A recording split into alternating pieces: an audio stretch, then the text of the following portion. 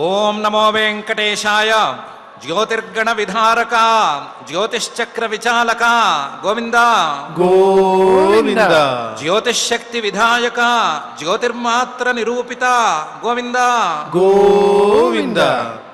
ద్వీపే ద్వీపే వససి వివిధే జీవరక్షార్థమేవ వర్షే వర్షే భవసి విపినే సాధకానాం హితాయ గోళే గోళే త్వమసి బహుళే భాసముద్దీప్తమూర్తి రూపే రూపే సహజరుచిరే వైభవాపారరూప అని మహత్తమ హృదంతర నిరంతర నివాసి అయిన శ్రీనివాస పరమాత్ముని భక్తిగా భావించి స్మరించుకుంటూ శ్రీ శుకులవారు ఉపదేశం చేసిన శ్రీమద్ భాగవతం యొక్క అధ్యయన కార్యక్రమాన్ని ప్రారంభించుకుందాము. ప్రారంభంలో యథాప్రకారం ఆచార్యుల వారితో కలిసి ప్రార్థనా శ్లోకాలను చదువుకుని మంగళాచరణం చేసుకుందాం. శ్రీ గురు ప్రార్థనా.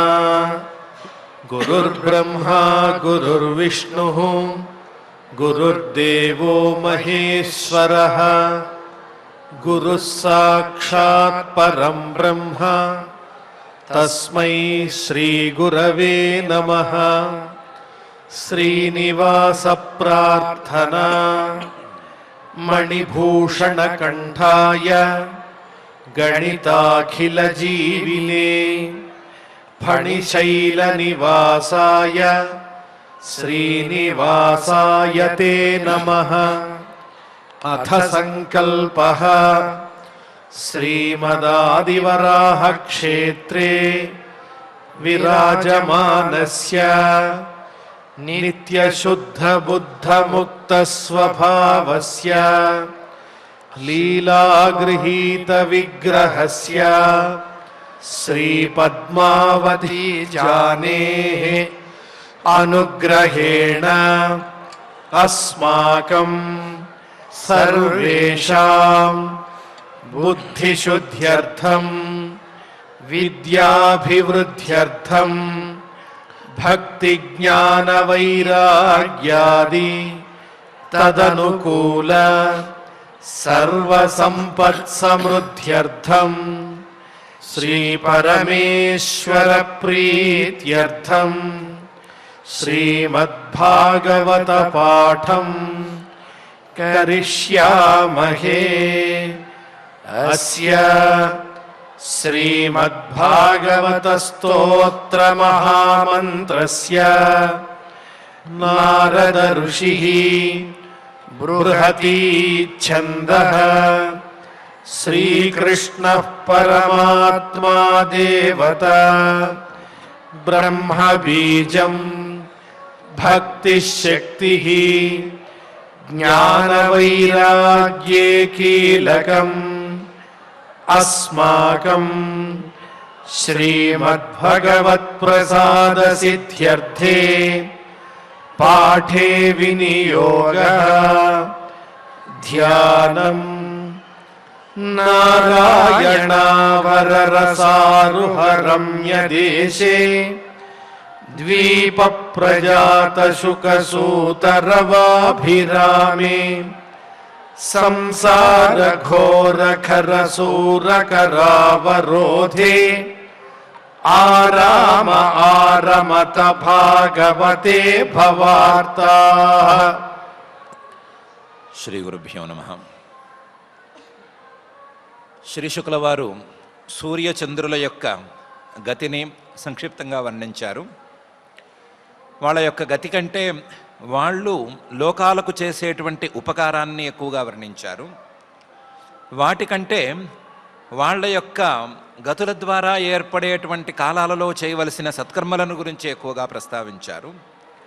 వాటికంటే ఎక్కువగా ఆ సూర్యచంద్రులను ఉపాసన చేయవలసినటువంటి విధానాలను గురించి సూక్ష్మంగానైనా సరే ప్రస్తావన చేశారు. ఇలా సూర్యచంద్రుల గతిని పూర్తి చేసిన తరువాత తత ఉపరిష్టాత్ లక్షయోజనతః నక్షత్రాణి మేరుం దక్షిణేనైవ కాలాయనే ఈశ్వరయోజితాని సహ అభిజిత 28 అనేటువంటి పై గద్యంలో నక్షత్ర మండలాన్ని గురించి ఒక చిన్న ప్రస్తావన చేస్తున్నారు. తతః ఉపరిష్టాత్ ఈ సూర్యచంద్రుల కంటే పైన 3,00,000 యోజనతః 3 లక్షల యోజనాలలో కల్పించినటువంటి లేదా కల్పితమైనటువంటి వృత్తంలో నక్షత్రాణి 27 నక్షత్రాలు ఉన్నాయి. తత ఉపరిష్టాత్ 3 లక్ష యోజనత నక్షత్రాణి. ఈ నక్షత్రాలు మనం ముందే చెప్పుకున్నట్లుగా 27 నక్షత్రాలు, 27 నక్షత్రాల యొక్క 4 పాదాలు మొత్తం 108 కలిస్తే రాశులవుతున్నాయి కాబట్టి, రాశి చక్రంలా మారుతున్నాయి కాబట్టి ఇవి ఒకే గతితో తిరుగుతున్నాయి. నక్షత్ర మండలం అనుకోవచ్చు లేదా రాశి చక్రం అనుకోవచ్చు, ఇవి ఒకే గతితో తిరుగుతున్నాయి. కాబట్టి మేరుం దక్షిణేనైవ, మేరురేఖకి ప్రదక్షిణంగా తిరుగుతూ ఉన్నాయి. దక్షిణేనైవ కాలాయనే, కాలచక్రంలో ఈశ్వర యోజితాన్ని, ఈశ్వరుడు ఏ నక్షత్రాన్ని ఎక్కడ ఉంచాలనుకున్నాడో అక్కడ ఉంచితే అక్కడ నుండి ఏ నక్షత్రం ఎంత వేగంతో తిరగాలని ఆయన సంకల్పించాడో ఆ సంకల్పం ప్రకారం తిరుగుతూ ఉన్నాయి. మొత్తం 27 నక్షత్రాలు మనకు తెలిసిన నక్షత్రాలు ఉన్నాయి. సహ అభిజిత 28. అభిజిత్ అనేటువంటి ఇంకొక నక్షత్రం కూడా ఉంది.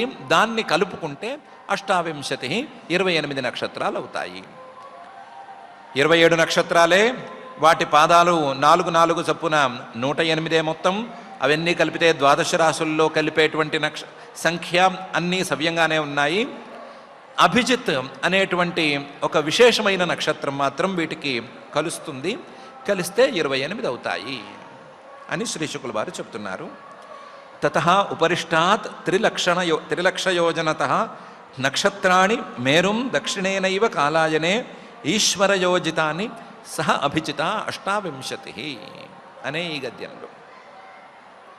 ఈ అభిజిత్ అనేటువంటి నక్షత్రం వ్యవహారంలో ఎక్కువగా లేదు, కానీ వేద ప్రతిపాద్యమైనటువంటి నక్షత్రం. వేదంలో దీని తాలూకు ఉల్లేఖం ఉంది. అభిజిన్నామ నక్షత్రం ఉపరిష్టాదషాఢానాం అవస్థాశ్రోణాయై అని దాని యొక్క స్థానాన్ని కూడా వేదం నిర్దేశించి పెట్టింది. ఈ అభిజిత్ అనేటువంటి నక్షత్రం ఆషాఢ నక్షత్రానికి అంటే ఉత్తరాషాఢ నక్షత్రానికి పైన, అలాగే శ్రవణ నక్షత్రానికి కింద ఉంటుంది. అవస్థాత్ శ్రోణాయై ఉపరిష్టాత్ షాఢానాం అని చెప్పింది. ఈ నక్షత్రానికి పేరు రావటానికి కూడా వేదమే కారణం చెప్పింది. దేవాసురా సంయత్త ఆసన్ తే దేవాస్తస్మిన్ నక్షత్రే భ్యజయన్ యదభ్యజయన్ తదభిజితోభిజిత్వం అని. ఈ నక్షత్రంలో సూర్యచంద్రులు ఉన్నప్పుడు లేదా సూర్యుడు ఉన్నప్పుడు ఒక దేవాసుర సంగ్రామం జరిగింది. ఆ దేవాసుర సంగ్రామంలో దేవతలు గెలిచారు కాబట్టి, దేవతలను గెలిపించింది కాబట్టి దీనికి అభిజిత్ అని పేరు వచ్చింది అని కూడా వేదమే వ్యుత్పత్తి చెప్పింది. ఆ అభిజిత్ అనేటువంటి నక్షత్రం వేద ప్రతిపాద్యమైన నక్షత్రం, అందులోనూ జయాన్ని కలిగించేటువంటి నక్షత్రం. ఆ నక్షత్రాన్ని కూడా లెక్క పెట్టుకోవలసిందే అని ప్రత్యేకించి శ్రీ శుకుల వారు చెప్తున్నారు. జ్యోతిష్శాస్త్ర గణనం ప్రకారం మాత్రం మనం అనుకున్న 4 పాదాలు చొప్పున 108 పాదాలు సరిపోవాలి. ఆ 108 పాదాల కంటే ఒక్కటి కూడా ఎక్కువ రావడానికి వీల్లేదు. కాబట్టి ఒక పాదం ఎక్కువ వచ్చేస్తే మళ్ళీ గమనంలో చాలా తేడా వచ్చేస్తుంది. కాబట్టి జ్యోతిష్శాస్త్రం ప్రకారం మాత్రం ఈ అభిజిత్ అనేటువంటి నక్షత్రం ఆషాఢ నక్షత్రం తాలూకు చివరి పాదము, శ్రవణ నక్షత్రం తాలూకు మొదటి ఘటికలలో కొంత భాగము, మొదటి గడియల్లో శ్రవణ నక్షత్రం తాలూకు మొదటి ఘడియలు, ఉత్తరాషాఢ నక్షత్రం తాలూకు చివరి పాదము, ఈ 2 భాగాలకు కలిపి అభిజిత్ అని పేరు. దానివల్ల సంఖ్య మారదు, మనకు లెక్క మారదు, పరిభ్రమణలు వీటిల్లో తేడా రాదు అని ఉంది. ఏ రకంగా తీసుకున్నాం, జ్యోతిష్శాస్త్రం ప్రకారం లెక్కల ప్రకారం తీసుకున్నాం, వేదంలో చెప్పినటువంటి వేరే నక్షత్రం అనే పేరుతో తీసుకున్నాం. ఈ అభిజిత్ అనే దానికి ఒక విశేషం ఉంది. ఆ విశేషాన్ని పురస్కరించుకుని 28 నక్షత్రాలు ఉన్నాయి, లెక్క మారకుండా 28 నక్షత్రాలు ఉన్నాయి అని శ్రీ శుకుల వారు చెప్తున్నారు. ఇది నక్షత్ర మండలం ఉన్నది, ఈ నక్షత్ర మండలం కూడా పరిభ్రమిస్తోంది అనే విషయానికి అతి సంక్షిప్తమైనటువంటి ప్రస్తావన మాత్రమే అయితే, దాని తర్వాత ఇలాంటి సంక్షిప్తమైనటువంటి గ్రహగతుల్ని చెప్పటానికి పై గద్యంలో ఇలా ప్రారంభిస్తున్నారు. తతః ఉపరిష్టాత్ ఉషనాః 2,00,000 ఉపలభ్యతే. పురతః పశ్చాత్ సహైవ వా అర్కస్య శైఘ్ర్య మాంద్య సామ్యాభిః గతిభిః అర్కవచ్చరతి. లోకానాం నిత్యదా అనుకూల ఏవ ప్రాయేణ వర్షయన్ చారేణ అనుమీయతే సహ వృష్టి విష్టంభగ్రహోపశమనః అని చెప్తున్నారు. తతః ఉపరిష్టాత్, ఈ నక్షత్రమండలం కోసం మనం కల్పించి పెట్టుకున్నటువంటి వృత్తం కంటే పైన ఉషనాహ, శుక్రుడు ఆయన ఉన్నాడు. ఈ శుక్రుడు అనేటువంటి గ్రహం 2,00,000 యోజనతః, నక్షత్రమండలం మీద 2,00,000 యోజనాల పైన గీసుకున్నటువంటి ఊహారేఖలో తిరుగుతోంది. అంటే భూమి నుంచి లెక్క కట్టుకుంటే 7,00,000 యోజనాల వృత్తంలో ఉంది. తత్ర ఉపలభ్యతే, అక్కడ ఇది మన కంటికి కూడా కనిపిస్తుంది. శుక్రుడు తిరగటం అనేది కంటికి కనిపిస్తుంది. ఏదో ప్రత్యేకమైనటువంటి వేళల్లో ఆకాశంలోకి చూస్తే శుక్రుడి యొక్క గతిని కనిపెట్టవచ్చు అని చెప్తారు. ఉపలభ్యతే. ఈ శుక్రుడి యొక్క గతి సూర్యుడి యొక్క గతితో సుమారుగా సమానంగా ఉంటుంది. పురతః పశ్చాత్ సహైవ అర్కస్య, సుమారుగా సమానంగా ఉంటుంది. ఒక్కొక్కప్పుడు పురతః, సూర్యుడి కంటే సూర్యుడు వెళ్ళబోయేటువంటి నక్షత్రాన్ని కానీ లేదా వెళ్ళబోయేటువంటి రాశిని కానీ ఈయన ముందే అడుగుపెట్టి ముందే అక్కడ తిరిగేసేయచ్చు. పశ్చాత్, లేదా సూర్యుడు వెళ్ళిన తర్వాత ఆయన వెంట రావచ్చు. ఒక్కొక్కప్పుడు సహైవ, సూర్యుడితో సమానమైనటువంటి డిగ్రీస్లో కూడా ఉండొచ్చు. ఆ వృత్తాల్లో, ఆ రేఖల్లో, వాటిల్లో సమానమైన డిగ్రీల్లో సూర్యుడితో ఉండొచ్చు. సమానమైన డిగ్రీల్లో ఈ శుక్రుడు సూర్యుడు ఉన్నప్పుడు ఆ లెక్కల్ని బట్టి శుక్రాస్తమయము, శుక్రుడు అస్తమించాడు అని మనకు పంచాంగాల్లో రాస్తారు. అప్పుడు తప్ప సుమారుగా సూర్యుడితోనే కలిసి ఉంటాడు. కొంచెం ఇటువంటి తేడాతో కొన్నిసార్లు సూర్యుడు కంటే ముందు వెళ్తాడు, కొన్నిసార్లు సూర్యుడి కంటే వెనకబడి ఉంటాడు అని చెప్తున్నారు. పురతః పశ్చాత్ సహైవ అర్కస్య, ఈ సూర్యుడితో సమానంగా ఉన్నాడు కాబట్టి శైఘ్ర్య మాంద్య సామ్యాభి గతిభి, సూర్యుడిలాగే కొంచెం శీఘ్రంగా వెళ్ళటం అనేది కూడా ఈయనకుంది. మాంద్యం, నిదానంగా గతి ఉండటం అనేది కూడా ఉంది. సమగతి అనేది కూడా ఉంది. సూర్యుడు ఎలాగైతే ఉత్తరాయణంలో మాంద్యగతితోనూ, దక్షిణాయనంలోనూ శీఘ్రగతితోనూ, విషువత్కాలంలో సమాన గతితోనూ ఉంటాడో శుక్రుడు కూడా సుమారుగా అలాగే ఉంటాడు. అర్కవత్ చరతి, సూర్యుడిలాగా మొత్తం కాకపోయినా సూర్యుడిలాగా ఇతను కూడా ఆకాశంలో సంచరిస్తూ ఉంటాడు. ఈ శుక్రుడి యొక్క విశేషం లోకానాం నిత్యదా అనుకూల ఏవ, లోకాలకు అంటే భూమి మీద ఉండేటువంటి జీవరాశులకు సామాన్యంగా అనుకూలంగానే ఉంటాడు. ప్రాయేణ వర్షయన్, ఈయన వృష్టికి చాలా పెద్ద కారణం అవుతాడు. శుక్రుడి యొక్క అనుగ్రహంతో లేదా శుక్రుడి యొక్క గోచారంతో ఈ భూమి మీద వర్షాలు సరిగ్గా పడతాయి. ప్రాయేణ వర్షయన్. కాకపోతే ఆ గోచారంలో శుక్రుడు అంతరిక్షంలో తన యొక్క వృత్తంలో తిరగటంలో చారేణ అనుమీయతే, కొంచెం విశేషాలు కూడా ఉన్నాయి. ఒకసారి అందరిలాగా ఒక నక్షత్రం తర్వాత మరొక నక్షత్రంలోకి, మరొక నక్షత్రం తర్వాత ఆ పై నక్షత్రంలోకి ఇలా వెళ్ళడు. కొన్నిసార్లు దాటిపోయి అతిచారంతో ఒక నక్షత్రాన్ని దాటి ఇంకొక నక్షత్రానికి కూడా వెళుతూ ఉంటాడు. అవన్నీ లెక్కల తాలూకు వ్యవహారాలు. చారేణ అనుమీయతే, ఈయనకి శుక్రుడి యొక్క చారం, శుక్రచారం అనేది కొంచెం విశేషంగా ఉంటుంది. మొత్తం మీద చూస్తే సహా వృష్టి విష్టంభ గ్రహోపశమన, వృష్టి వర్షం, ఆ వృష్టిని విష్టంభం ఆపేసేటువంటి గ్రహాలు, వృష్టిని వర్షాన్ని సరిగ్గా కురవనివ్వకుండా చేసేటువంటి కొన్ని దోషాలు ఉంటాయి. వాటిని ఈ శుక్రుడు తన యొక్క దయతో ఉపశమింపజేస్తాడు. లేదా వేరే గ్రహాల యొక్క ప్రభావం వలన వృష్టి విష్టంభం అనేది జరిగితే, వేరే గ్రహాలు ఇంకా కూడా వృష్టిని ఆపేసేటువంటి గ్రహాలు, వృష్టిని అడ్డుకునేటువంటి గ్రహాలు కొన్ని ఉంటాయి. వాటి యొక్క పరిస్థితులను బట్టి అలాంటివి ఫలితాలు వస్తాయి. అలాంటి సందర్భంలో వాటి యొక్క ప్రభావాన్ని తగ్గించి వృష్టిని ఇవ్వటంలో, వర్షాన్ని కురిపించడంలో ఈయన ముందుంటాడు అని శుక్రుడి యొక్క విశేషాలను చెప్పారు.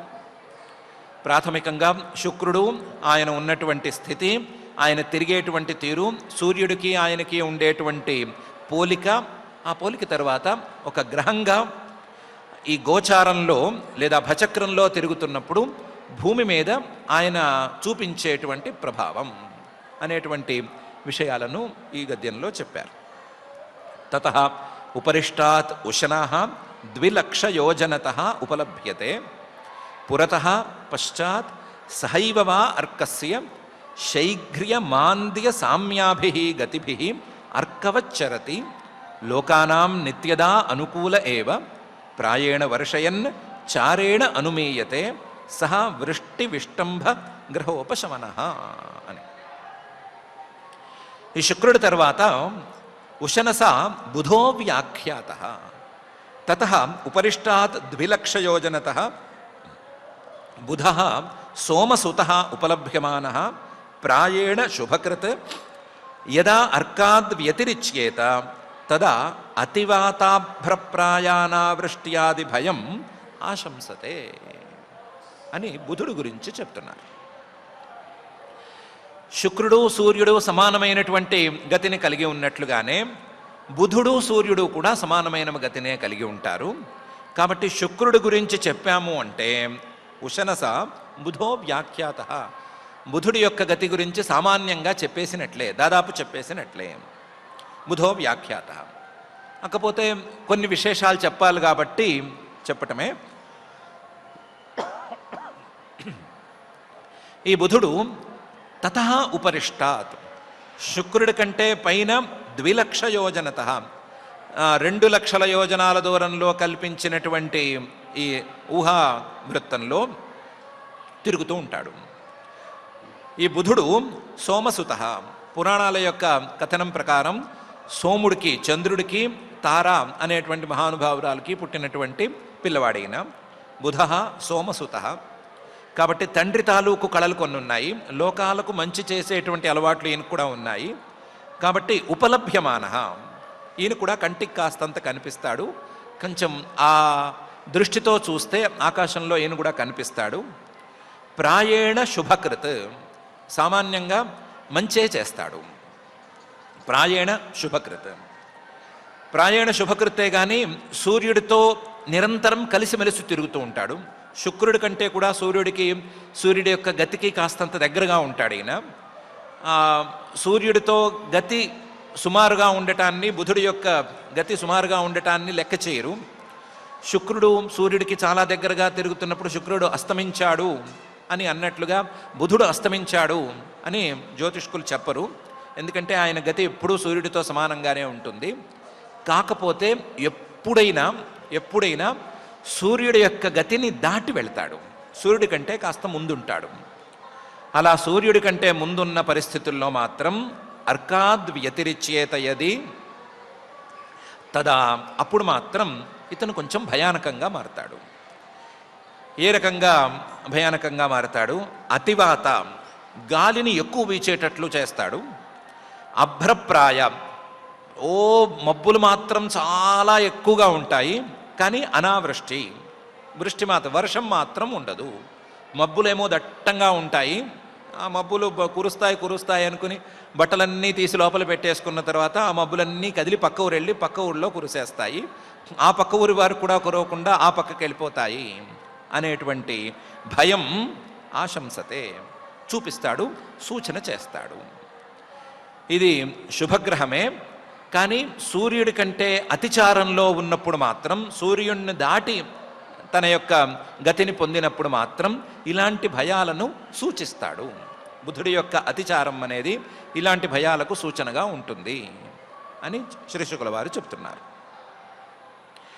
ఉశనస బుధో వ్యాఖ్యాతః తతః ఉపరిష్టాత్ 2,00,000 యోజనతః బుధః సోమసుతః ఉపలభ్యమానः ప్రాయేణ శుభకృత్ యదా అర్కాద్ వ్యతిరిచ్యేత తదా అతివాత అభ్రప్రాయ అనావృష్ట్యాది భయం ఆశంసతే అని చెప్తున్నారు. ఈ బుధుడు శుక్రుడు వీళ్ళిద్దరూ పూర్తయిన తర్వాత, సూర్యుడికి దగ్గరగా గతిని కలిగి ఉన్న వీళ్ళిద్దరి సంగతి పూర్తి చేసిన తర్వాత అత ఊర్ధ్వం అంగారకోపి యోజనలక్షద్వితయే ఉపలభ్యమానః త్రిభిస్త్రిభిః పక్షైః ఏకైకశః రాశీన్ ద్వాదశ అనుభుంక్తే యది న వక్రేణాభివర్తతే ప్రాయేణ అశుభగ్రహः అఘశంసః అని అంగారకుడు గురించి, కుజుడు గురించి చెప్తున్నారు. అత ఊర్ధ్వం, ఈ శుక్రుడి కంటే పైన అంగారకోపి, అంగారకుడు ఉన్నాడు, కుజుడున్నాడు. బుధుడు చంద్రుడి యొక్క కొడుకైనట్లుగా ఈ అంగారకుడు భూమి యొక్క కుమారుడు. ఈ అంగారకుడు యోజనలక్షద్వితయే ఉపలభ్యమానః, శుక్రుడి కంటే బుధుడి కంటే పైన 2 లక్షల యోజనాల పైన గీసినటువంటి ఊహావృత్తంలో తిరుగుతూ ఉంటాడు. ఈయన గతి సూర్యుడు, బుధుడు, శుక్రుడు ఉన్నట్లుండదు, సూర్యుడితో సమానంగా ఉండదు. ఈయన గతి వేరుగా ఉంటుంది. ఎలా ఉంటుంది? త్రిభిస్త్రిభిః పక్షైః ఏకైకశః రాశీన్ ద్వాదశ అనుభుంక్తే. సూర్యుడు ఒక రాశిలో నెల రోజులు ఉన్నట్లుగా ఈ అంగారకుడు ఒక రాశిలో 1.5 నెల పాటు ఉంటాడు. త్రిభిః పక్షైః, 3 పక్షాలు, 3 పక్షాలు అంటే 1.5 రోజులు, 1.5 రోజులు ఒక్కొక్క రాశిలో ఉంటాడు. త్రిభిస్త్రిభిః పక్షైః, 3 పక్షాల పాటు, ఏకైకశో రాశీన్, ఒక్కొక్క రాశిలోనూ, ద్వాదశ 12 రాశుల్లోనూ అనుభుంక్తే తిరుగుతూ ఉంటాడు. ఒకదాని తర్వాత మరొక రాశికి ఎలా తిరుగుతూనే ఉంటాడు. అయితే ఈ త్రిభిస్త్రిభిః పక్షైః అనేది ఒక దీనికి లోబడే ఉంటుంది. నయది వక్రేణ అభివర్తతే, ఒకవేళ గనక వక్రగతి అనేది లేకపోతే, ఈయన వక్రంగా గనక తిరగకపోతే, వక్రగతి కానప్పుడు మాత్రం 1.5 పక్షం ఉంటాడు. వక్రగతి ఉన్నప్పుడు ఆ వక్రగతిని అనుసరించి కొంచెం ఎక్కువగానో తక్కువగానో ఏదో విధంగా ఉంటాడు. నయది వక్రేణ అభివర్తతే. ఈయన విశేషం ఏంటి అంటే ప్రాయేణ అశుభగ్రహ, ఇది ప్రాయ సుమారుగా అశుభగ్రహ, అఘశంసః, మానవులు చేసుకున్నటువంటి పాపాలను సూచన చేసేటువంటి గ్రహం, అఘశంసః అని శ్రీశుకుల వారు చెప్తున్నారు. ఇందులో ఈ గద్యంలో అంగారకుడు గురించి, అంగారకుడు అని ఒక ఆయన ఉన్నాడని చెప్పారు, అది ఓకే. ఆయన పరిభ్రమణ వృత్తం అనేది ఎంత దూరంలో ఉంది అని చెప్పారు, అది కూడా సరే. ఆయన సుమారుగా 3 పక్షాల పాటు ఒక్కొక్క రాశిలోనూ సంచరిస్తూ ఉంటాడు అని చెప్పారు, అది కూడా స్థూల దృష్టికి ఓకే. కానీ యది న వక్రేణ అభివర్తతే అని ఉంది. ఇదిగా భౌతికంగా చూసుకున్నప్పుడు తన కక్ష్యలో, తన ఆర్బిట్లో తిరుగుతూ ఉండేటువంటి కుజుడు వక్రంగా తిరిగాడు, మరొక రకంగా తిరిగాడు అని అనుకోవటం అనేది సరిగ్గా మనకు అర్థమయ్యే విషయం కాదు. కానీ జ్యోతిష్ శాస్త్రజ్ఞులను గనక సరిగ్గా కనుక్కుంటే ఈయన యొక్క గతి వక్రగతిగా ఎందుకు అవుతుంది, ఈయన ఒక్కొక్కప్పుడు అసలు గతి లేదు, స్తంభనం అనే పరిస్థితుల్లో ఉన్నాడు, ఎందుకున్నాడు అనేటువంటి విశేషాలను చెప్తారు.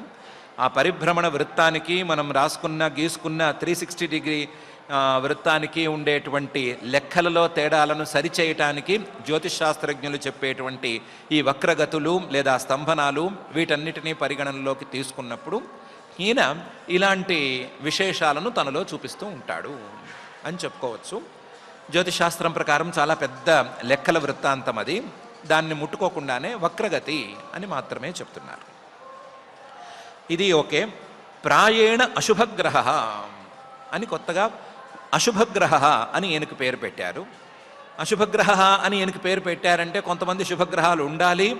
ఈయన ప్రాయేణ అశుభగ్రహ, సుమారుగా అశుభగ్రహం అంటే పూర్తి అశుభగ్రహం ఇంకోటి కూడా ఉండాలి అని తేలుతోంది. కాబట్టి ఇక్కడ చెప్పడం ద్వారా ఇలాంటి లెక్క లేదా ఇలాంటి కేటగరైజేషన్ జ్యోతిష్ శాస్త్రంలో ఉంది అనేటువంటి సూచన చేస్తున్నారు. దాని ప్రకారం చూస్తే గురువు, శుక్రుడు వీళ్ళిద్దరూ పూర్ణ శుభగ్రహాలు. జ్యోతిషాస్త్రం తాలూకు ఒక సిద్ధాంతం ప్రకారం గురువు, శుక్రుడు పూర్ణ శుభగ్రహాలు. వాళ్ళ తర్వాత చంద్రుడు, బుధుడు వీళ్ళిద్దరూ కూడా, చంద్ర బుధులు వీళ్ళిద్దరూ మధ్య శుభులు, పూర్ణ శుభులు కాదు, మధ్య శుభులు. శుభ ఫలితాలను ఎక్కువ ఇచ్చేవాళ్ళు, శుభ ఫలితాలను పూర్తిగా ఇవ్వలేని వాళ్ళు.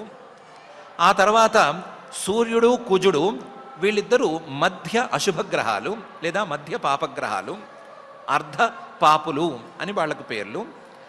ఈ కుజుడు దాన్నే శ్రీ శుక్ల వారు చెప్తున్నారు ప్రాయేణ అశుభగ్రహ. ప్రాయేణ సుమారుగా అంటే అర్ధం, సగం అశుభగ్రహం. అశుభానికి లేదా పాపానికి ఎక్కువ ఇంపార్టెన్సు, శుభానికి మంచికి కొంచెం తక్కువ ఇంపార్టెన్సు ఉండేటువంటి గ్రహం. చివరికి మిగిలేది శని. ఆ శని అనేవాడు పూర్తి పాపిష్ఠ గ్రహ అని జ్యోతిషశాస్త్ర సిద్ధాంతం. పాపం మిగతా 2 తోకలు మిగిలినాయి, రాహువు కేతువు. వాళ్ళిద్దరిది మాత్రం శనివద్ రాహు కుజవత్ కేతు అని తేల్చి చెప్పేశారు. రాహువు శనిలాగాను, కేతువేమో కుజుడులాగాను ఉంటాడు అని తేల్చి చెప్పారు. ఈ విభాగం అనేది జ్యోతిష్ శాస్త్రంలో ఉంది. జాగ్రత్తగా చెప్పుకోకపోతే చాలా వేరువేరు అర్థాలను కూడా ఇది మనకు అనిపిస్తుంది. ఈ విభాగం ఆ గ్రహాల్లో ఉండేటువంటి విశేషాలను చెప్పే విభాగం కాదు, ఆ గ్రహాలు మానవుల పట్ల చూపించే ప్రభావాన్ని కొలిచే విధానం అని మాత్రమే అర్థం చేసుకోవాలి. గురు శుక్రులు వీళ్ళిద్దరూ మానవుల యొక్క పరిపూర్ణమైన పుణ్యాన్ని సూచన చేస్తూ ఉంటారు. చంద్రుడు బుధుడు వీళ్ళిద్దరూనేమో మానవుల యొక్క అశుభకర్మ ప్రధానంగాను శుభకర్మ ప్రధానంగాను అశుభకర్మ గౌణంగాను ఉండేటువంటి పరిస్థితులను ప్రతిబింపచేస్తారు. వాళ్ళ యొక్క స్థితులు, వాళ్ళ యొక్క చారాలు అవన్నీ వాటిని గురించి చెప్తాయి. అదే కుజుడు అలాగే ఈయన సూర్యుడు వీళ్ళిద్దరూ మానవులు చేసిన పాపం ఎక్కువగాను పుణ్యం తక్కువగాను ఉన్నటువంటి కర్మలను గురించిన సూచనలు చేస్తారు. శని కేవలం మానవులు చేసినటువంటి పాపాలను ప్రత్యేకించి ఎత్తి చూపించేట్టుగా తన ఫలితాలను సూచిస్తాడు అని మాత్రమే దీనికి అర్థం. ఆయా గ్రహాలకు శుభత్వం అశుభత్వం అంటూ ఏమీ లేదు. మానవులు చేసుకున్నటువంటి కర్మలలో ఉండేటువంటి శుభాశుభ ఫలితాలను వాళ్ళు సూచన చేస్తారు అని మాత్రమే దాని అర్థం.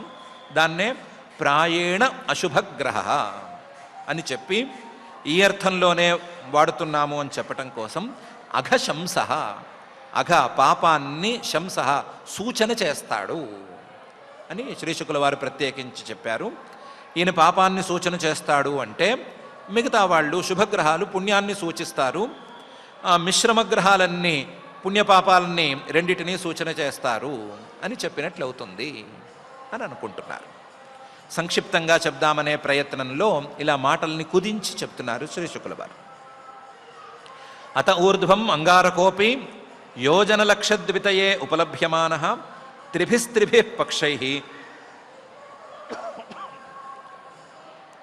ఏకైకశో రాశీన్ ద్వాదశ అనుభుంక్తే యది న వక్రేణ అభివర్తతే ప్రాయేణ అశుభగ్రహ అఘశంసః అనే ఈ గద్యంలో చెప్తున్నారు. ఈ కుజుడి తర్వాత తత ఉపరిష్టాత్ 2,00,000 యోజనాంతరగతః భగవాన్ బృహస్పతిః ఏకైకస్మిన్ రాశౌ పరివత్సరం చరతి యది న వక్రః స్యాత్ ప్రాయేణ అనుకూలో బ్రాహ్మణ కులస్య అని బృహస్పతి గురించి చెప్తున్నారు. తత ఉపరిష్టాత్ ఈ కుజుడి పైన 2,00,000 యోజనాంతరగతః 2,00,000 యోజనాల పైన గీసుకున్నటువంటి ఊహావృత్తంలో భగవాన్ బృహస్పతి, పూజనీయుడైనటువంటి బృహస్పతి, పూజనీయుడైనటువంటి దేవతలకే పూజనీయుడైనటువంటి, దేవతలకు పూజనీయుడు కాబట్టి మానవులకు తప్పనిసరిగా పూజనీయుడైనటువంటి బృహస్పతి ఆయన తిరుగుతున్నాడు. ఈయన ఏకైకస్మిన్ రాశౌ పరివత్సరం చరతి, ఒక్కొక్క రాశిలోనూ సుమారుగా సహజంగా సంవత్సరం పాటు ఉండి తిరుగుతూ ఉంటాడు. సంవత్సరంలో రాశి మారుతాడు. 12 ఏళ్లకు ఒకసారి మొత్తం రాశి చక్రాన్ని చుట్టేస్తాడు. ఒక్కొక్క రాశిలో సంవత్సరం పాటు ఉంటాడు. ఇది కూడా ఉజ్జాయింపు లెక్కే. ఒక రాశిలో ఖచ్చితంగా సంవత్సరం పాటు ఉండలేడు. యది నవక్రస్యాత్, ఈయన కూడా కుజుడుకున్నట్లుగానే వక్రగతులు ఇవన్నీ ఉన్నాయి, అతిచారము ఇవన్నీ కూడా ఉన్నాయి. కాబట్టి వక్రగతి లేకపోతే సంవత్సరం పాటు ఉంటాడు. వక్రగతి ఉంటే గనక ఆ సంవత్సరాలను బట్టి ఆ గమనాన్ని బట్టి తేల్చుకోవలసి ఉంటుంది. పరివత్సరం చరతి న యది వక్రస్యాత్. ఈయన పరిపూర్ణ శుభగ్రహం కాబట్టి ప్రాయేణ అనుకూలో బ్రాహ్మణ కులస్య. ఎప్పుడో మరీ నీచలో పడిపోయినప్పుడు కానీ లేదా నీచగ్రహాలతో కలిసినప్పుడు కానీ తప్పితే మిగతా సందర్భాలలో ప్రాయేణ అనుకూలో బ్రాహ్మణ కులస్య, బ్రాహ్మణులకు అనుకూలంగా ఉంటాడు. గ్రహాల్లో కూడా వర్ణ విభాగం ఉంది. ఇవన్నీ బ్రాహ్మణ గ్రహాలు, ఇవి క్షత్రియ గ్రహాలు అనేటువంటి విభాగం కూడా ఉంది. ఆ విభాగం ప్రకారం ఈయనేమో బృహస్పతి ఏమో బ్రాహ్మణ గ్రహం కిందకు వస్తాడు. కాబట్టి ఈయన బ్రాహ్మణ కులానికి అనుకూలంగా ఉంటాడు. ప్రాయేణ తన యొక్క పరిస్థితులను బట్టి ఉంటాడు అని బృహస్పతి గురించి చెప్తున్నారు. తతః ఉపరిష్టాత్ 2,00,000 యోజనాంతరగత భగవాన్ బృహస్పతి ఏకైకస్మిన్ రాశౌ పరివత్సరం చరతి యది న వక్ర స్యాత్ ప్రాయేణ అనుకూలో బ్రాహ్మణ కులస్య అని.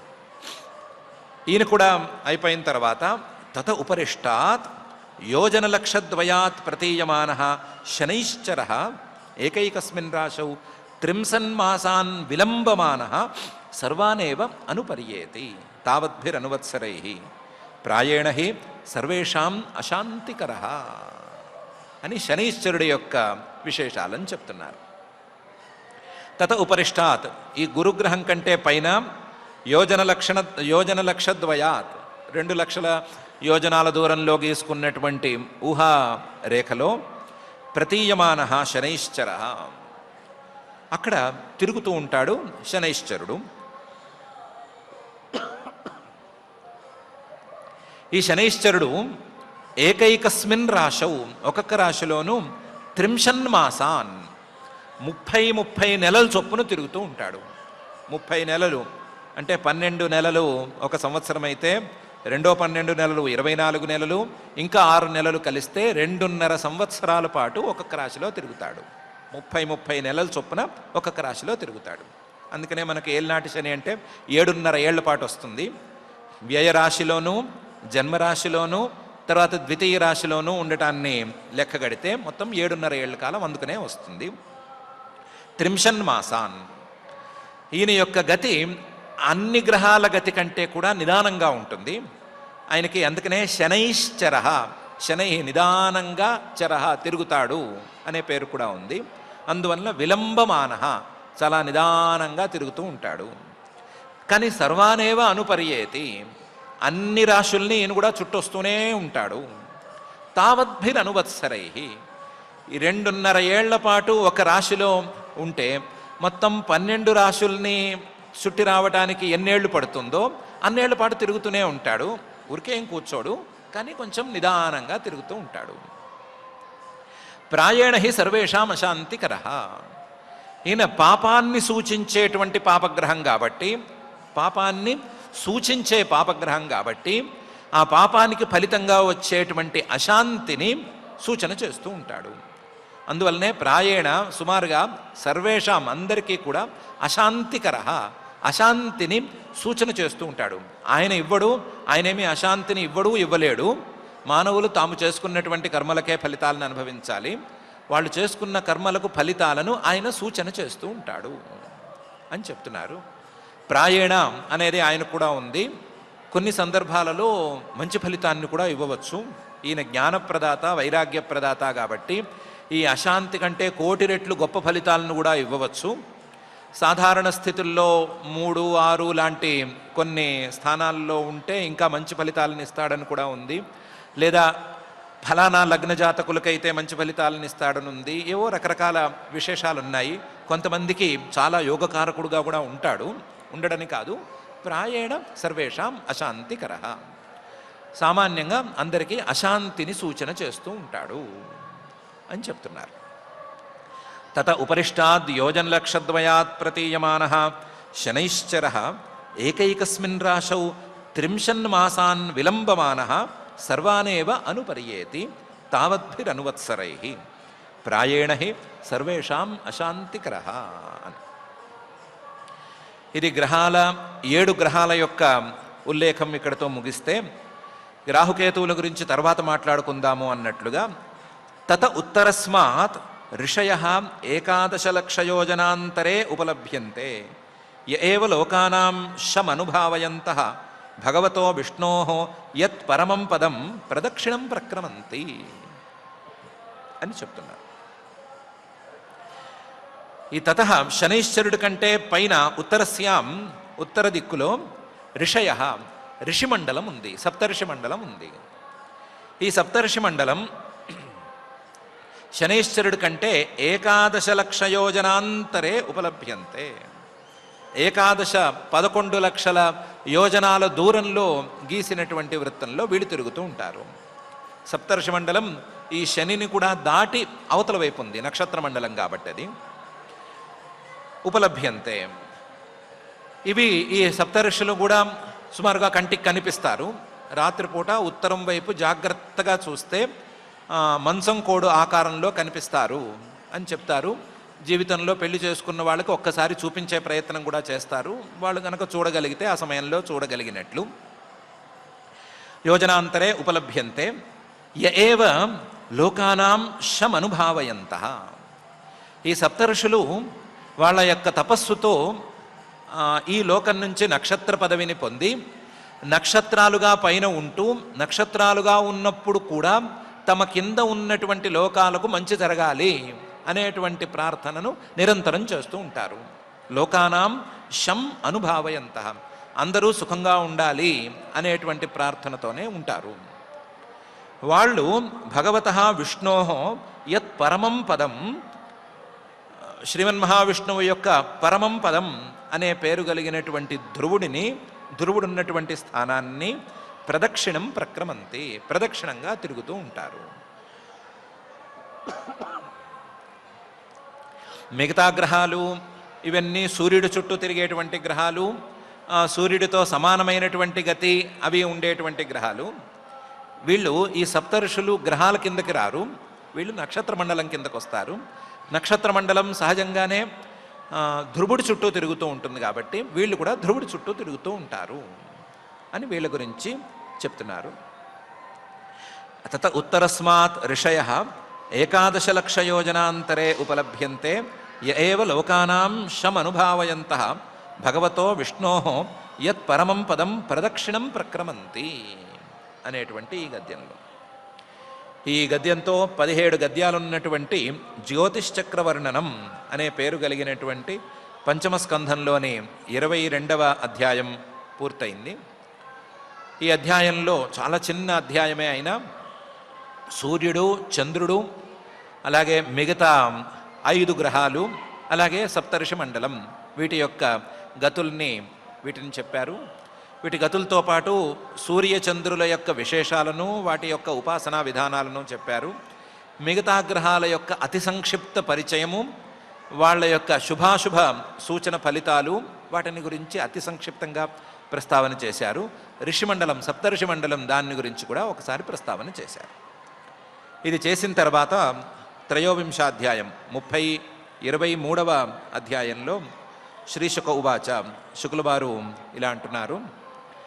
ఈ జ్యోతిర్గణనం లేదా ఈ నక్షత్ర మండలం దీంట్లో ఉండేటువంటి గతులు వీటన్నిటినీ ఇంకొక కోణంలో అర్థం చేసుకోవలసి ఉంది.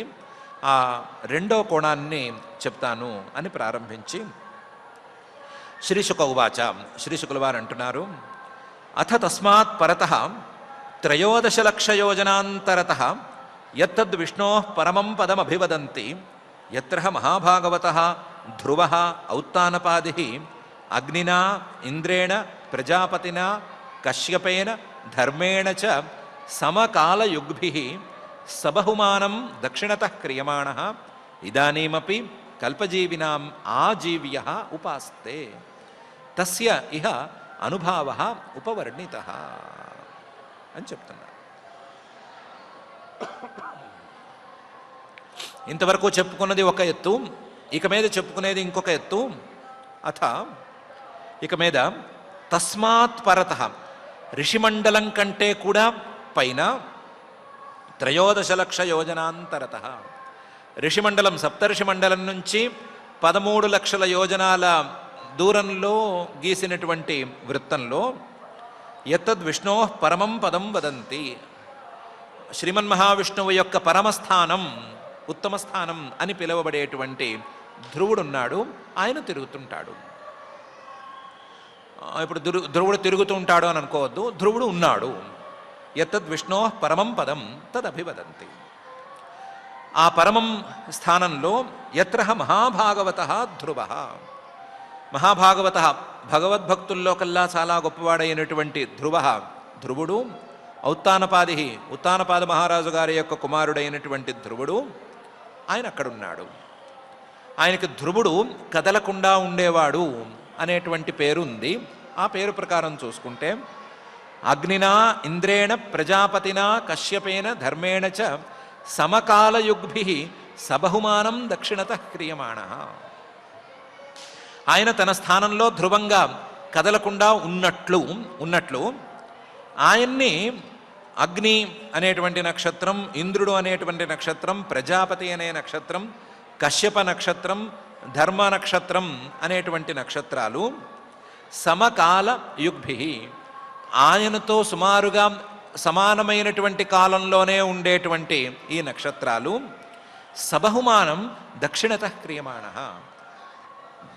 గౌరవంగా ఈయన్ని ప్రదక్షిణంగా తిరుగుతూ ఉంటాయి. ధ్రువుడు ఎంత గొప్పవాడో, సుమారుగా అగ్ని, ఇంద్రుడు, ప్రజాపతి, ధర్ముడు, కశ్యపుడు వీళ్ళందరూ కూడా గొప్పవాళ్లే. వీళ్ళందరూ కూడా నక్షత్ర రూపాలను ధరించిన వాళ్లే. నక్షత్ర రూపాలను ధరించినా సరే, ధ్రువుడి సమాన కాలంలో వాళ్ళు ఉన్నా సరే, వాళ్ళు సబహుమానం గౌరవంగా ఈ ధ్రువుడి చుట్టూ తిరుగుతూ ఉంటారు. సబహుమానం దక్షిణత క్రియమాణ.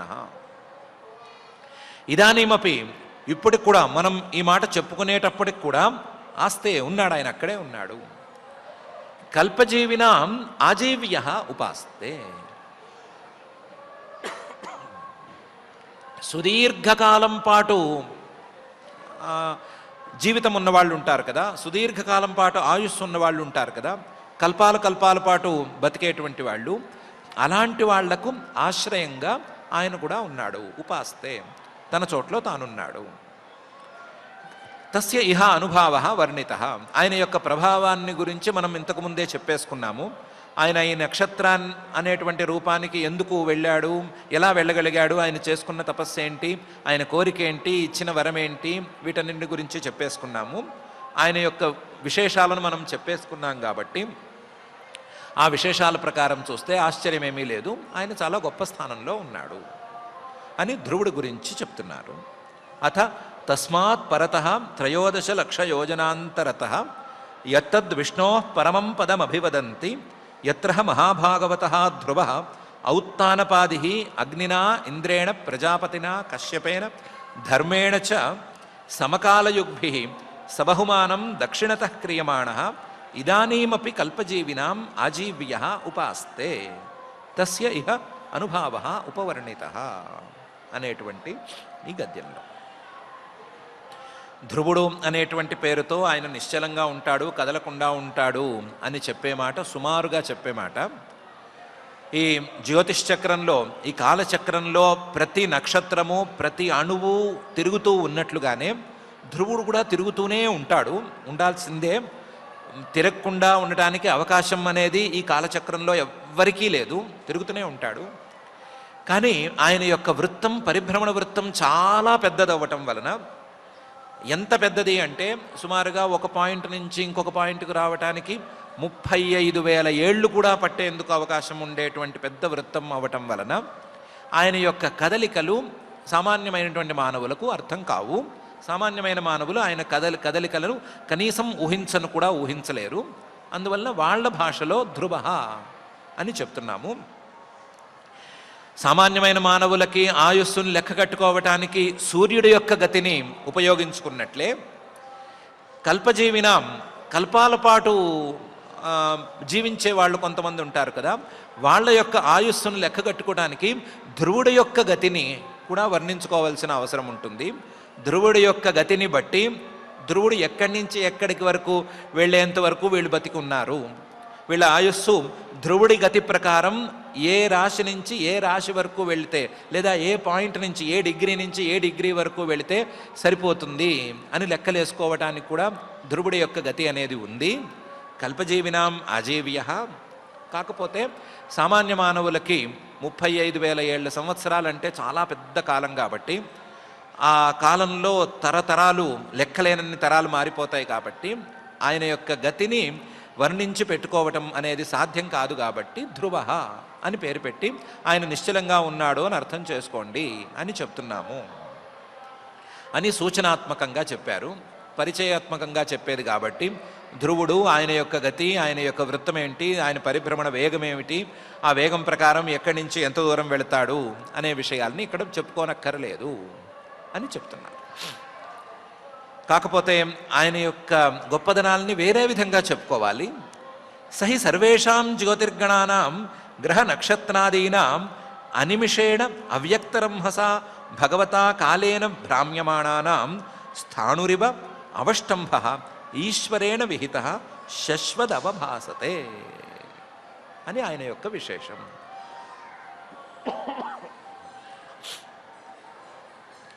సహి ఈ ధ్రువుడు మాత్రం సర్వేషాం జ్యోతిర్గణానాం వెలిగేటువంటి ప్రతి నక్షత్రానికి, జ్యోతిర్గణానాం ఎన్ని గుంపులుగా మనం నక్షత్రాలను విడదీసుకున్నా సరే, గ్రహ నక్షత్రాదీనాం అవి తిరిగేటువంటి గ్రహాలే కావచ్చు లేదా వెలిగే నక్షత్రాలైనా కావచ్చు, వేటికైనా సరే అనిమిషేణ అవ్యక్తరంహస భగవతా కాలేన భ్రామ్యమాణానాం ఆ గ్రహాలు నక్షత్రాలు ఇవన్నీ కూడా కాలం తాలూకు వేగానికి నిరంతరం సంచరిస్తూనే ఉంటూ ఉండగా ఆ కాలం అనేది అనిమిషేణ కనురెప్ప కూడా వాల్చకుండా అవ్యక్తరంహస ఎవరికీ తెలియనంత వేగంతో పరుగులు పెట్టిస్తూ ఉంటే, భగవతా కాలేన భ్రామ్యమాణానాం పరుగులు పెట్టిస్తూ ఉంటే ఈ గ్రహాలు నక్షత్రాలు ఇవన్నీ గిరగిరా గిరగిరా తిరుగుతూనే ఉన్నాయి కదా. ఇవన్నీ తిరుగుతూ ఉండగా స్థాణురివ అవష్టంభ ఇవన్నీనేమో గిరగిరా తిరుగుతూనే ఉన్నాయి, వాటి పరిభ్రమణలను పూర్తి చేసుకుంటూ ఒకదాని తర్వాత 1 2 3 అని తిరుగుతూనే ఉన్నాయి. ఈ ధ్రువుడు మాత్రం స్థాణురివ ఒక కదలని మొద్దులాగా అవష్టంభ కదలకుండా కూర్చున్నాడు. స్థాణురివ అవష్టంభ మిగతా వాటి కదలికలతో పోలిస్తే ధ్రువుడి యొక్క కదలికలకు అసలు విలువే ఉండదు అన్నంత స్థితిలో ఉంటాయి. సూర్యుడు సంవత్సరంలో తన పరిభ్రమణాన్ని పూర్తి చేసుకుంటాడు అనేదానికి ధ్రువుడు ఒక పాయింట్ నుంచి మరొక పాయింట్కి వెళ్ళటానికే 35,000 ఏళ్ల పాటు తీసుకుంటాడు అన్నదానికి చూస్తే అంతరం చూస్తే చాలా తేడాగా ఉంటుంది. కాబట్టి సూర్యుడి యొక్క గతి, మిగతా నక్షత్రాల యొక్క గతి వీటితో చూస్తే ధ్రువుడికి అసలు గతే లేనట్లు. స్థాణురివ అవష్టంభ ఒక మొద్దులాగా కదలని ఒక చెక్క మొద్దులాగా ఉన్నాడు. మరి కాలం తాలూకు వేగానికి అందరూ లోబడి ఉండవలసిందే అని చెప్పారు కదా. కాలం కళ్ళు మూయకుండా కనురెప్పల కాలం పాటు కూడా తాత్సారం చేయకుండా అందరినీ పరుగులు పెట్టిస్తూనే ఉంటుంది అని చెప్పారు కదా. మరి ఈయన ఎందుకు పరుగులు పెట్టించట్లేదు అంటే అయం అవష్టంభ ఈశ్వరేణ విహిత. ఈశ్వరుడే నువ్వు కాలచక్రాన్ని నీ అదుపులో ఉంచుకో కావాలంటే, అంతేగాని కాలచక్రానికి లోబడి నువ్వు ఉండనక్కర్లేదు, కాలచక్రాన్ని నువ్వు అనుసరించక్కర్లేదు అని ఈయనకి చెప్పాడు, లేదా అలాంటి అనుగ్రహాన్ని ఈయనకి చేశాడు. కాబట్టి ఈశ్వరేణ విహిత అవష్టంభ. ధ్రువుడు మాత్రం మిగతా గ్రహాల్లాగా నక్షత్రాల్లాగా కాలచక్రం తాలూకు భ్రమణానికి అంత తొందరగా లోనవ్వక్కర్లేదు. ఇంకా కాలచక్రాన్నే తన చేతుల్లో ఉంచుకోగలడు. ధ్రువుడిని బట్టే కాలచక్రమే తప్ప కాలచక్రాన్ని బట్టి ధ్రువుడు అనేవాడు ఉండడు. కాబట్టి శశ్వత్ అవభాసతే, ఎప్పుడు చూసినా సరే చక్కగా ఆయన వెలుగుతూనే ఉంటాడు అని చెప్తున్నారు. సహి సర్వేషాం జ్యోతిర్గణానాం గ్రహ నక్షత్రాదీనాం అనిమిషేణ అవ్యక్తరంహస భగవతా కాలేన భ్రామ్యమాణానాం స్థాణురివ అవష్టంభ ఈశ్వరేణ విహిత శశ్వత్ అవభాసతే అనేటువంటి ఈ గద్యం. ఆ ధ్రువుడు గురించే మరొక విశేషాన్ని చెప్తున్నారు. యథా మేఢీస్తంభే ఆక్రమణ పశవ సంయోజితా త్రిభిస్త్రిభిः సవనైః యథాస్థానం మండలాని చరంతి ఏవం భగణాః గ్రహాదయః ఏతస్మిన్ అంతర్బహిర్యోగేన కాలచక్రే ఆయోజితాః ధ్రువమేవావలంబ్య వాయునా ఉదీర్యమాణాః ఆ కల్పాంతం పరిచంక్రమంతి. నభసి యథా మేఘా శ్యేనాదయ వాయువశా కర్మసారథయ పరివర్తంతే ఏవం జ్యోతిర్గణా ప్రకృతి పురుష సంయోగానుగృహీతా కర్మ నిర్మిత గతయ భువి న పతంతి అని చెప్తున్నారు. గద్యం కొంచెం పెద్దదైనా సరే, యథా మేఢీ స్తంభే, ధాన్యం నూర్పిడి చేస్తారంటారు కదా, ధాన్యాన్ని కోసిన తర్వాత, పంట కోసిన తర్వాత ఆ ధాన్యాన్ని నూర్పిడి చేసేటప్పుడు, దాని నుంచి విడదీసేటప్పుడు రకరకాలుగా నూర్పిడి చేయొచ్చు. అందులో ఒక విధానం ప్రకారం మధ్యలో ఒక స్తంభం కట్టి, ఆ స్తంభానికి పశువుల్ని కట్టి పశువులతో దాన్ని తొక్కించవచ్చు. లేదా రాయి లాంటిది, గుండ్రంగా తిరిగే రాయి లాంటిది పెట్టి ఆ రాయి లాంటి దాన్ని లాగిచ్చి పశువులతో ధాన్యాన్ని బయటికి తీయచ్చు. ఒక్కొక్క పంటకి ఒక్కొక్క విధానం ఉంటుంది, ఒక్కొక్క ప్రాంతంలో ఒక్కొక్క విధానం ఉంటుంది. దాని ప్రకారం ఒక విధానంలో మేఢీ స్తంభే, మధ్యలో ఒక స్తంభం పాతారు ఆ కళ్ళం అనేటువంటి ప్రాంతంలో. ఆ మేఢీ స్తంభంలో, దానికి మేఢీ స్తంభం అని పేరు, ఆ మేఢీ స్తంభానికి ఆక్రమణ పశవ సంయోజితా, పశువుల్ని కట్టేశారు. పశువుల్ని వంతుల భారీగా కట్టారు. కొన్ని పశువుల్ని పొద్దున పూట కట్టారు, కొన్ని పశువుల్ని మధ్యాహ్నం పూట కట్టారు, కొన్ని పశువుల్ని సాయంత్రం అయిన తర్వాత పట్టారు. వాటికి ఉండేటువంటి శ్రమని పరిగణనలోకి తీసుకుని ఎలా కట్టారు. ఆ పశువుల్ని కట్టేటప్పుడు ఆ పశువులు గుండ్రంగా తిరగాలి కాబట్టి వాటికి ఒకదానికొకటి తగలకుండా ఉండటానికి వేరు తాళ్ళు అమర్చారు. ఒక పశువుకేమో చిన్న తాడు, ఓ పశువుకి మధ్య రకంగా ఉండేటువంటి తాడు, ఇంకో పశువుకి కొంచెం పొడుగ్గా ఉండే తాడు కట్టారు. దాంతో యథాసవనం ఏ పశువును ఎప్పుడు కట్టారో అప్పుడే ఆ పశువు దాని చుట్టూ తిరుగుతోంది. ఏ పశువును ఎంత దూరంలో కట్టారో అంత దూరంలో మాత్రమే ఆ పశువు తిరుగుతోంది. పశువు కూడా తన పరిభ్రమణ వృత్తాన్ని పూర్తి చేసుకుని తిరుగుతూ ఉంది. ఒక పశువు తాలూకు పరిభ్రమణ వృత్తము ఇంకొక పశువు తాలూకు పరిభ్రమణ వృత్తము ఒకటి కావటం లేదు.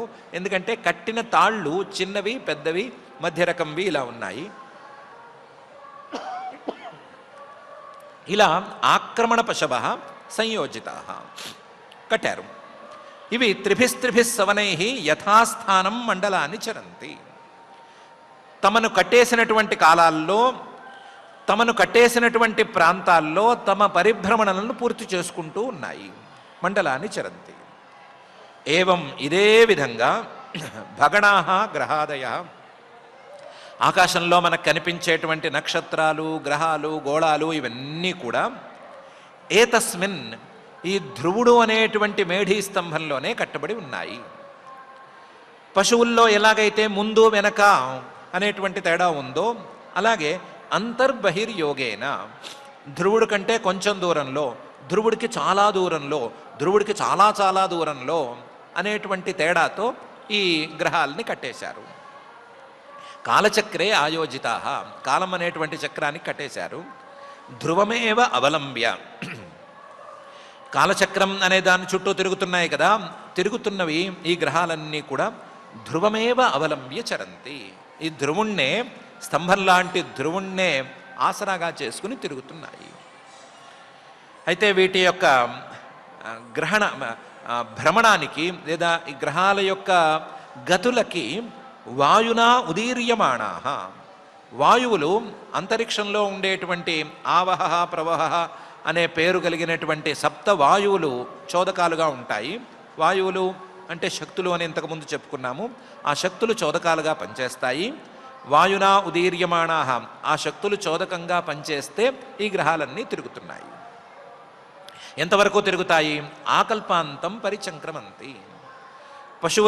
కొన్ని పశువుల్ని కట్టేసి శ్రమ పడ్డాయి, వీటిని తీసేద్దాము, ఇంకొక పశువుల్ని కడదాము, ఇంకో సెట్టును తీసుకొద్దాము అని అనుకున్నట్లుగా ఈ గ్రహాలు తిరిగి అలసిపోయి ఉన్నాయి, వీటిని పక్కన పెట్టి కొత్త గ్రహాలని తీసుకొద్దాము అని పరమేశ్వరుడు అనుకునేంత వరకు తిరుగుతూనే ఉంటాయి. ఈ సృష్టి పూర్తయ్యేంత వరకు లేదా కల్పాంతం, సృష్టిలో ఒక కల్పం అనేదైనా పూర్తయ్యేంత వరకు తిరుగుతూనే ఉంటాయి. ఎక్కడ తిరుగుతున్నాయి? నభసి, ఆకాశంలో తిరుగుతున్నాయి. మరి ఆకాశంలో తిరుగుతున్నప్పుడు ఈ గ్రహాలన్నీ కింద పడిపోవాలి కదా. అంటే జ్యోతిషశాస్త్ర సిద్ధాంతాల్లో ఒక సిద్ధాంతం అలా ఉన్నా సరే నపతంతి అని చెప్పుకోవచ్చు. యథా మేఘాః శ్యేనాదయః వాయువశాః కర్మసారథయః పరివర్తంతే తథా అని చెప్పుకోవచ్చు. మేఘాలు, శ్యేనాదయః అంటే ఈ గరుడ పక్షులు లేదా డేగలు, రాబందులు ఇలాంటివన్నీ వాయువశాః ఆకాశంలో ఎగురుతూ ఉంటాయి. ఎగిరేందుకు వాటికి వాయువు అనేవాడు దోహదపడతాడు. వాయువు యొక్క బలంతో అవి ఎగురుతూ ఉంటాయి, పైనుంచి కింద పడకుండా ఉంటాయి. కానీ కర్మసారథయ వాటికి ఎగిరేందుకు ఎంతవరకు వాటి యొక్క కర్మ సహకరిస్తుందో, వాటి యొక్క పుణ్యాపుణ్యాలు ఎంతవరకు సహకరిస్తాయో అంతవరకు ఎగురుతూ ఉంటాయి. పరివర్తంతే అంతవరకు ఎగురుతూనే ఉంటాయి. ఒక పక్షేమో కొంచెం తక్కువ దూరం ఎగురుతుంది, తక్కువసేపు ఎగురుతుంది. ఇంకొక పక్షేమో చాలా దూరం పాటు చాలా ఎత్తుకి చాలాసేపు ఎగరగలుగుతుంది. అలా వాటి ఎగరటం అనేటువంటి వాటిల్లో తేడాలు కూడా ఉంటాయి. ఏవం అలాగే జ్యోతిర్గణాః ఈ నక్షత్రాలు, గ్రహాలు ఇవన్నీ కూడా ఆకాశంలోనే ఎగురుతున్నట్లుగా గిరగిరా తిరుగుతున్నాయి. అవి కింద పడటం లేదు. ఎందుకు పడటం లేదు, ఎందుకు ఎగురుతున్నాయి? ప్రకృతి పురుష సంయోగానుగృహీతాః ఈ సంసారానికి మూల కారణమైనటువంటి ప్రకృతి పురుషుడు అనే వాటి సంయోగం అనే కారణం వలన అవి తిరుగుతున్నాయి. ఆ ప్రకృతి పురుష సంయోగం ఉన్నంతకాలం అవి తిరుగుతూనే ఉంటాయి. ప్రకృతి పురుష సంయోగానుగృహీతాః ఆ ప్రకృతి పురుష సంయోగం అనేది ఎంత సుదీర్ఘకాలం పాటు ఉన్నా సరే ఇవి ఎంతకాలం తిరుగుతూ ఉంటాయి. ఒకవేళ అయితే గీతే ఏమవుతుంది అంటే కర్మ నిర్మిత గతయః అవి తిరగవలసినటువంటి కర్మ అనేది పూర్తయిపోతే ఆగిపోతాయి. కొత్త గ్రహం వచ్చి ఆ స్థానంలోనో ఇంకొక స్థానంలోనో తిరుగుతూ ఉంటుంది. తమ కర్మల ప్రకారం లేదా మానవుల యొక్క కర్మల ప్రకారం అవి తిరుగుతూ ఉంటాయి. భువి నపతంతి భూమిలో పడిపోవు. ఎన్ని రకాలుగా చెప్పుకున్నా సరే భూమి మీదకైతే పడిపోవు. ఎందుకంటే ఎక్కడ ఏది తిరగాలని రాసిపెట్టుందో అక్కడ అది ఖచ్చితంగా తిరుగుతూ ఉంటుంది. దానికి ప్రధాన కారణమైనటువంటి ప్రకృతి పురుష సంయోగము, కర్మ ఈ రెండూ చక్కగా ఉన్నాయి అని శ్రీ శుకుల వారు చెప్తున్నారు. యథా మేఢీస్తంభే ఆక్రమణ పశవః సంయోజితాః త్రిభిస్త్రిభిః సవనైః యథాస్థానం మండలాని చరంతి ఏవం భగణాః గ్రహాదయః ఏతస్మిన్ అంతర్బహిర్యోగేన కాలచక్రే ఆయోజితాః ధ్రువమేవ అవలంబ్య వాయునా ఉదీర్యమాణాః ఆకల్పాంతం పరిచంక్రమంతి నభసి యథా మేఘాః శ్యేనాదయః వాయువశాః కర్మసారథయః పరివర్తంతే ఏవం జ్యోతిర్గణాః ప్రకృతి పురుష సంయోగానుగృహీతాః కర్మ నిర్మిత గతయః భువి నపతంతి అని శ్రీ శుకుల వారు చెప్తున్నారు. ధ్రువుడి తాలూకు విశేషాలను ఇంతటితో పూర్తి చేస్తున్నారు. ఈ ధ్రువుడికి ఇంకా ఈ జ్యోతిర్మండలం మొత్తానికి చెప్పవలసినటువంటి ఉపాసనను పై గద్యం నుంచి ప్రధానంగా చెప్తున్నారు. ఈ అధ్యాయంలో చెప్పదలుచుకున్నటువంటి ఉపాసనను పై గద్యంలో నుంచి చెప్తున్నారు. దానికి ఉపోద్ఘాతంగా ధ్రువుడి యొక్క వర్ణనాన్ని ఈ గద్యం వరకు చేశారు. ఎక్కడో చోట ఆపుకోవాలి కాబట్టి ధ్రువుడి యొక్క ఈ వర్ణన దగ్గర ఆపుకుందాము.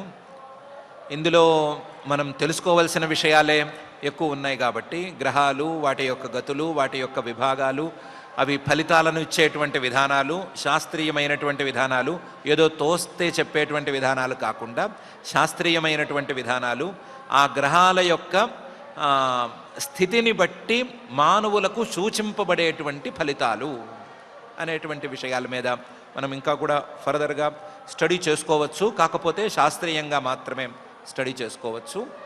వాటిని మించి ఆ ధ్రువుడు కాలచక్రానికి ఎలా లోబడి లేడు, ఆ స్థితికి వెళ్ళటానికి ఆయన ఎంత తపస్సు చేసుకున్నాడు అనే సంగతి ఆలోచించి చూసుకోవచ్చు. ఎంత ఎత్తుకు ఎదిగినా సరే తమ కింద ఉన్న వాళ్ళ యొక్క మంచే కావాలి అని కోరుకునేటువంటి సప్తఋషుల యొక్క మహాత్మ్యాన్ని మనం ఈ సందర్భంగా మరొకసారి గుర్తు చేసుకోవచ్చు. ఇలాంటి విశేషాలన్నిటినీ గుర్తు చేసుకుంటూ మనం కూడా అలాంటి ఉన్నత స్థాయి, ఉన్నత భావాలను కలిగి ఉండాలి అని, ఉన్నతమైనటువంటి తపస్సును చేసుకోవటానికి ప్రేరణ పొందాలి అని భావించుకోవచ్చు. అలాంటి భావనలన్నీ మన మనస్సుల్లో కలగాలి అని, మనం కూడా ఉత్తమ స్థాయిలో ఉండాలి అని ఈ సందర్భంగా ఆ మహత్తమ హృదంతర నిరంతర నివాసి అయిన శ్రీనివాస పరమాత్మని భక్తిగా ప్రార్థించుకుందాం. ఆ ప్రార్థనతో పారాయణ కార్యక్రమాన్ని ప్రారంభించుకుందాం. పారాయణ కార్యక్రమాన్ని ప్రారంభించుకునే ముందు ఒక చిన్న విన్నపం. గొంతులో చిన్నపాటి అసౌకర్యం ఉంది కాబట్టి రేపటి రోజున రాగలగచ్చు, రాలేకపోవచ్చు. చిన్నపాటి అసౌకర్యం మహారోగం కాదు. కఫం అడ్డం పడటం వలన వచ్చేటువంటి దగ్గులాంటి భావనతో అడ్డం పడటం వరకు మాత్రమే.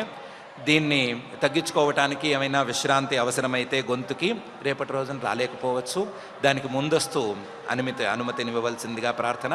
ఒకవేళ అన్నీ సవ్యంగా ఉంటే రేపు వచ్చి మళ్ళీ యథాప్రకారం ధ్రువోపాసనను, ఆ శంషుమార చక్రోపాసనను గురించి మనం మాట్లాడుకోవచ్చు. దాన్ని దృష్టిలో పెట్టుకుని పారాయణ కార్యక్రమాన్ని మనం ప్రారంభించుకుందాం. ఓం నమో వెంకటేశాయ. ఆ శిశుమారాఖ్యమగు చక్రమున భాగవతుడైన ధ్రువుడు ఇంద్రవరుణ కశ్యప ప్రజాపతియమ ప్రముఖులతో గూడి బహుమానముగా విష్ణుపదము చేరి కనకనిచ్చలు ప్రదక్షిణముగా తిరుగుచు చెలగియుండును కల్పజీవి అగుచు అనఘుడు తాన పదాత్మజుడు ఆర్యుడు అయిన ఆ ధ్రువుని మహత్వమెల్ల తెలిసి వర్ణింప బ్రహ్మకునలవి కాదు. నేనిరింగినయంతయు నీకు మున్న తెలియవలికితి క్రమ్మరతల చికునుము జితరిపువ్రాత శ్రీ పరీక్షిన్నరేంద్ర అని శ్రీమద్భాగవతంలో ఉన్నటువంటి అత్యద్భుతమైనటువంటి విశేషాలు, అమోఘమైనటువంటి అంశాలు.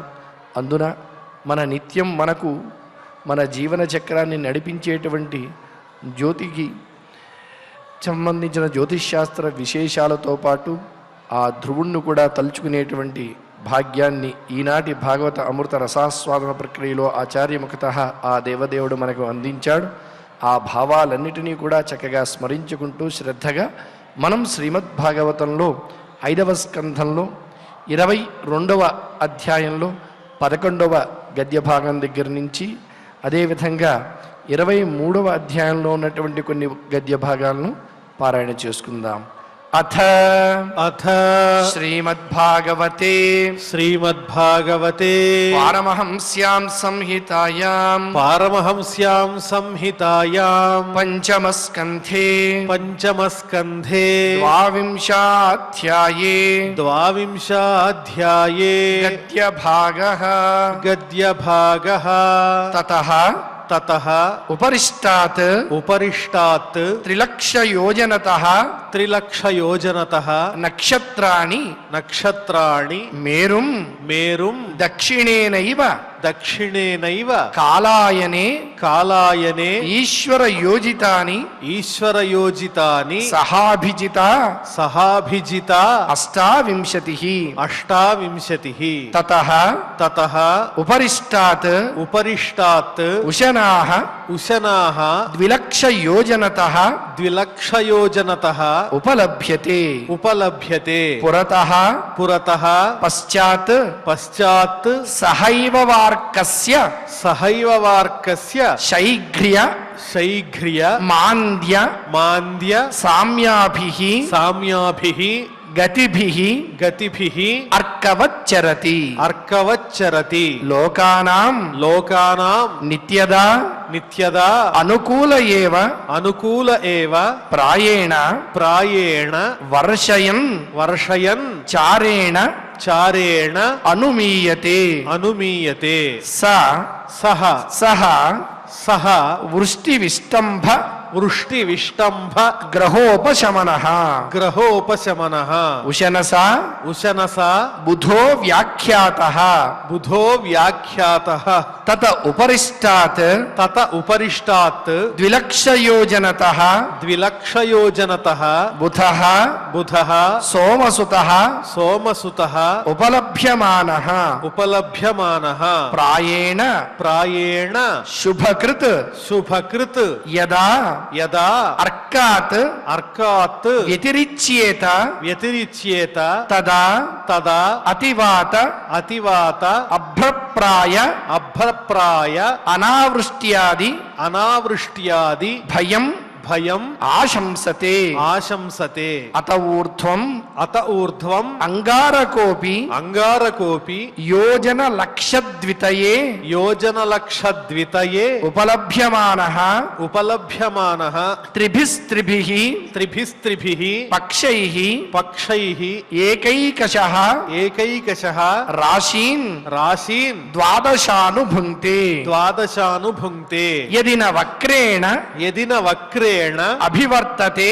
అభివర్తతే ప్రాయేణ ప్రాయేణ అశుభగ్రహః అశుభగ్రహః అఘశంసః అఘశంసః తత ఉపరిష్టాత్ తత ఉపరిష్టాత్ ద్విలక్షయోజన ద్విలక్షయోజన అంతర్గతః అంతరగతః భగవాన్ భగవాన్ బృహస్పతిః బృహస్పతిః ఏకైకస్మిన్ ఏకైకస్మిన్ రాశౌ రాశౌ పరివత్సరం పరివత్సరం పరివత్సరం పరివత్సరం చరతి చరతి యది నవగ్రహ స్యాత్ యది నవగ్రహ స్యాత్ ప్రాయేణ ప్రాయేణ అనుకూలః అనుకూలః బ్రాహ్మణకులస్య బ్రాహ్మణకులస్య తత ఉపరిష్టాత్ తత ఉపరిష్టాత్ యోజన లక్షద్వయాత్ యోజనలక్షద్వయాత్ ప్రతీయమానః ప్రతీయమానః శనైశ్చరః శనైశ్చరః ఏకైకస్మిన్ ఏకైకస్మిన్ రాశౌ రాశౌ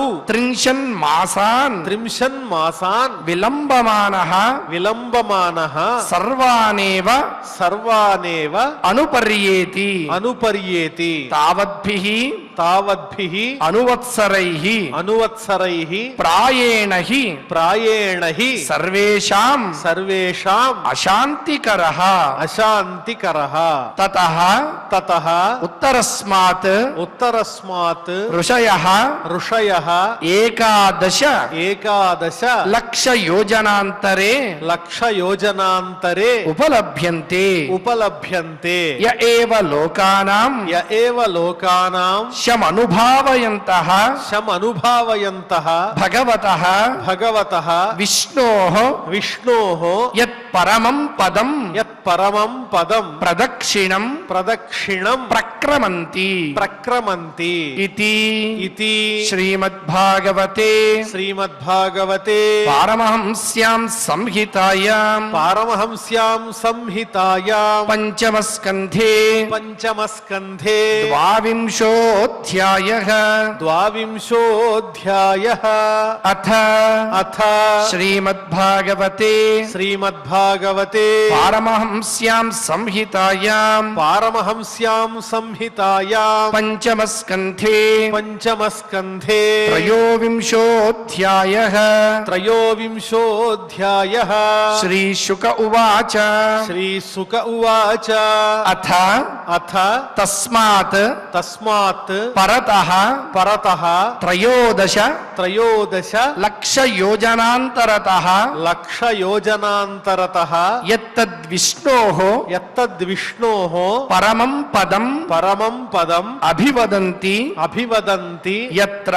యత్ర మహాభాగవతః మహాభాగవతః ధ్రువః ధ్రువః ఔత్తానపాదిః ఔత్తానపాదిః అగ్నినా అగ్నినా ఇంద్రేణ ఇంద్రేణ ప్రజాపతినా ప్రజాపతినా కశ్యపేన కశ్యపేన ధర్మేణ చ ధర్మేణ చ సమకాలయుగ్భిః సమకాలయుగ్భిః సబహుమానం సబహుమానం దక్షిణతః దక్షిణతః క్రియమాణః క్రియమాణః ఇదానీమపి ఇదానీమపి కల్పజీవినాం కల్పజీవినాం ఆజీవ్యః ఆజీవ్యః ఉపాస్తే ఉపాస్తే తస్యేహానుభావః తస్యేహానుభావః ఉపవర్ణితః ఉపవర్ణితః సహి సహి సర్వేషాం సర్వేషాం జ్యోతిర్గణానాం జ్యోతిర్గణానాం గ్రహ నక్షత్రాదీనాం గ్రహ నక్షత్రాదీనాం అనిమిషేణ అనిమిషేణ అవ్యక్త రంహస అవ్యక్త రంహస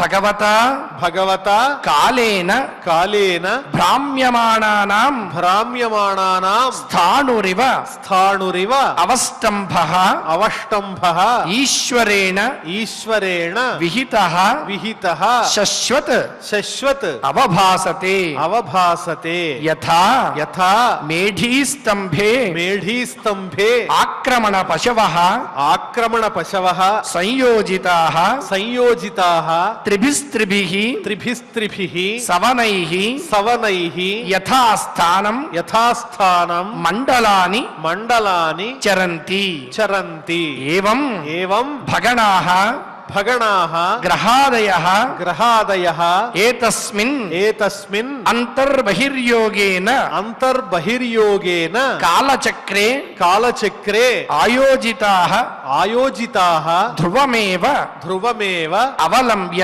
అవలంబ్య వాయునా వాయునా ఉదీర్యమాణాః ఉదీర్యమాణాః ఆకల్పాంతం ఆకల్పాంతం పరిచంక్రమంతి పరిచంక్రమంతి నభసి నభసి యథా మేఘాః యథా మేఘాః శ్యేనాదయః శ్యేనాదయః వాయువశాః వాయువశాః కర్మసారథయః కర్మసారథయః పరివర్తంతే పరివర్తంతే ఏవం ఏవం జ్యోతిర్గణాః జ్యోతిర్గణాః ప్రకృతి పురుష ప్రకృతి పురుష సంయోగ సంయోగ అనుగృహీతాః అనుగృహీతాః కర్మ నిర్మిత గతయః కర్మ నిర్మిత గతయః భువి న పతంతి భువి నపతంతి ఇతి ఇతి శ్రీమద్భాగవతే శ్రీమద్భాగవతే పారమహంస్యాం సంహితాయాం పారమహంస్యాం సంహితాయాం పంచమస్కంధే పంచమస్కంధే త్రయోవింశాధ్యాయే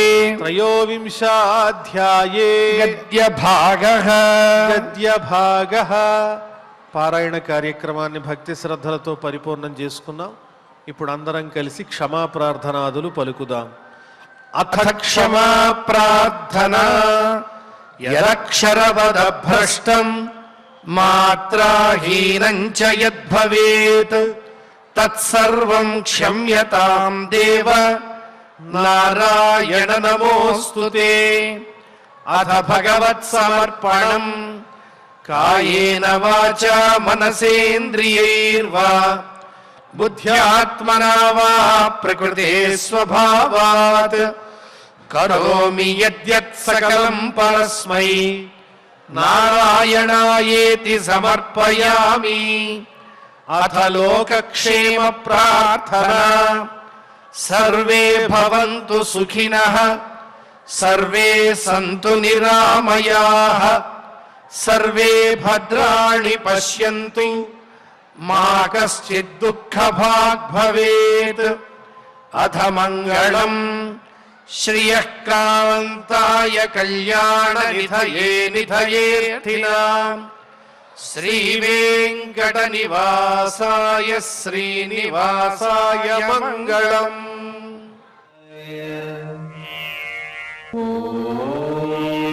నమో వెంకటేశాయ.